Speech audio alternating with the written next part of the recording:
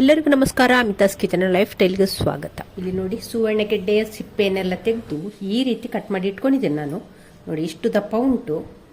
ನೋಡಿ ಹೀಗೆ ಕಟ್ ಮಾಡಿ ಇಟ್ಕೊಂಡಿದ್ದೇನೆ. ಇಷ್ಟು ದಪ್ಪ ಉಂಟು. ಸುವರ್ಣಗೆಡ್ಡೆಯನ್ನು ಯಾವ ರೀತಿ ಬೇಕಾದರೆ ಕಟ್ ಮಾಡಿಕೊಳ್ಬೋದು. ನಾನು ಹೀಗೆ ಕಟ್ ಮಾಡಿ ಇಟ್ಕೊಂಡಿದ್ದೆ. ಸ್ಕ್ವೇರ್ ಕೂಡ ಉಂಟು. ಈ ರೀತಿ ಕೂಡ ಮಾಡಿ ಇಟ್ಕೊಂಡಿದ್ದೇನೆ. ಚೆನ್ನಾಗಿ ವಾಶ್ ಮಾಡಿ ಇಟ್ಟಿದ್ದೇನೆ ಇದನ್ನೀಗ. ಇದನ್ನಿನ್ನು ನಾವು ಹೀಗೆ ನೋಡಿ ನೀರು ಕುದಿಲಿಕ್ಕೆ ಇಟ್ಟಿದ್ದೇನೆ. ನೀರಿಗೀಗ ಸುವರ್ಣಗೆಡ್ಡೆಯನ್ನೆಲ್ಲ ಹಾಕಿಕೊಳ್ಳುವ. ಈಗ ಇದಕ್ಕೆ ಒಂದು ಸ್ವಲ್ಪ ಉಪ್ಪನ್ನು ಹಾಕಿಕೊಳ್ಳುವ. ಹಾಗೆ ಸ್ವಲ್ಪ ಅರಶಿನ. ಇಲ್ಲಿ ಒಂದು ಸ್ವಲ್ಪ ಹುಳಿ ಹಾಕ್ತಾ ಇದ್ದೇನೆ. ಹುಣಸೆ ಹುಳಿ ರಸ ಕೂಡ ಹಾಕಿಕೊಳ್ಬೋದು. ಹುಣಸೆ ಹುಳಿ ಸಹ ಹಾಕಿಕೊಳ್ಬೋದು.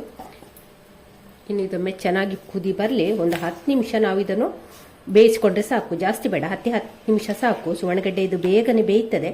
ಒಂದು ವೇಳೆ ಜಾಸ್ತಿ ಸುವರ್ಣಗೆಡ್ಡೆ ಬೇಯುವುದಿಲ್ಲ ಅಂತಿದ್ರೆ ಒಂದು 10 ನಿಮಿಷ 15 ನಿಮಿಷ ಬೇಯಿಸ್ಕೊಂಡ್ರೆ ಆಯಿತು.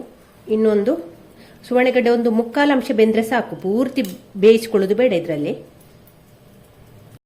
ಇವಾಗ ನೋಡಿ ಒಂದು 10 ನಿಮಿಷ ಆಯಿತು. ಕರೆಕ್ಟಾಗಿ 10 ನಿಮಿಷ ಆಯಿತು. ಸಾಫ್ಟ್ ಆಗಿದೆ. ಇದು ಪೂರ್ತಿ ಬೇಯುವುದು ಬೇಡ. ಒಂದು 3/4 ಭಾಗದಷ್ಟು ಬೆಂದರೆ ಸಾಕು. ನಮಗೆ ಅಂದಾಜಾಗ್ತದೆ ಅದು ಬೇಯುವಾಗಲೇ. ಸ್ವಲ್ಪ ಸಾಫ್ಟ್ ಆಗಿದೆ ನೋಡಿ. ನೋಡಿ ಕುತ್ತುವಾಗ ಉಂಟಲ್ಲ ಹೀಗೆ ನೋಡಿ. ಹೀಗೆ ನಾವು ಕಡ್ಡಿ ಹಾಕಿ ಚುಚ್ಚಿದ್ರೆ ನೋಡಿ ಈಗ ಹೋಗ್ತದೆ. ಹಾಗೆ ಇಷ್ಟಾದರೆ ಸಾಕು. 10 ನಿಮಿಷ ನಾನು ಇದನ್ನು ಬೇಯಿಸಿಕೊಂಡಿದ್ದೇನೆ. ಬೇಗನೆ ಬೇಯುವಂಥ ಸುವರ್ಣಗೆಡ್ಡೆ. ಇವಾಗ ಇದನ್ನೆಲ್ಲ ಒಂದು ಸ್ಟ್ರೈನರಿಗೆ ಹಾಕಿಕೊಳ್ಳೋ ನಾವು.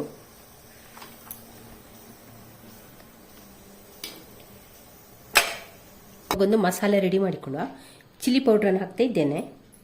ಧನಿಯಾ ಪೌಡ್ರು, ಅರಶಿನ, ಒಂದು ಅರ್ಧ ಸ್ಪೂನ್ನಷ್ಟು ಗರಂ ಮಸಾಲ, ರುಚಿಗಾಗುವಷ್ಟು ಉಪ್ಪು.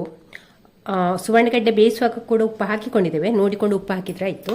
ಒಂದು ಅರ್ಧ ಟೀ ಸ್ಪೂನಷ್ಟು ಇಡೀ ಜೀರಿಗೆನ ಹಾಕ್ತಾ ಇದ್ದೇನೆ.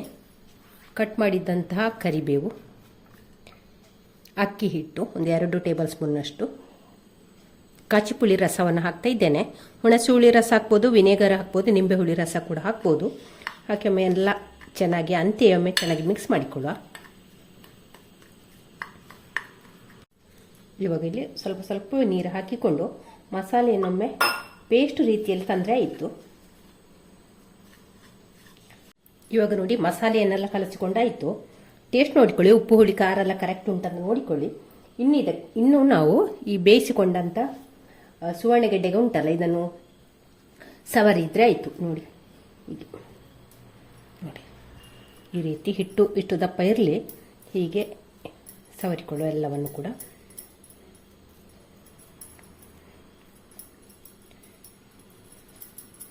ನೋಡಿ ಎಡ್ಜ್ ಉಂಟಲ್ಲ ಅದಕ್ಕೆಲ್ಲ ಸವರಿಕೊಳ್ಳುವ ಚೆನ್ನಾಗಿ.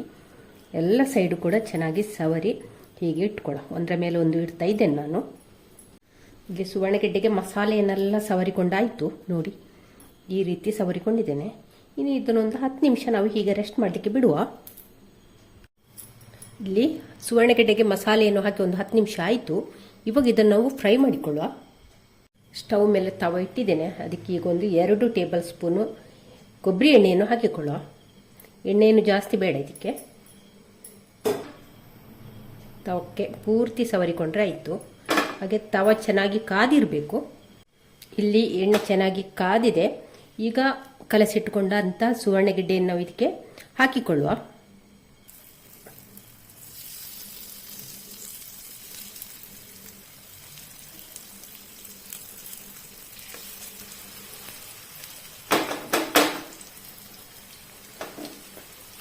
ಇವಾಗ ಬೆಂಕಿಯನ್ನು ಮೀಡಿಯಂ ಫ್ಲೇಮಲ್ಲಿ ಇಟ್ಕೊಂಡು ಇದನ್ನು ಫ್ರೈ ಮಾಡಿದರೆ ಆಯಿತು. ಇವಾಗ ಇಲ್ಲಿ ಸುವರ್ಣಗೆಡ್ಡೆ ಒಂದು ಸೈಡೆಲ್ಲ ಫ್ರೈ ಆಗಿದೆ. ಇನ್ನು ಇದನ್ನು ನಾವು ಟರ್ನ್ ಮಾಡುವ. ಮಗುಚು ಹಾಕಿಕೊಳ್ಳುವ.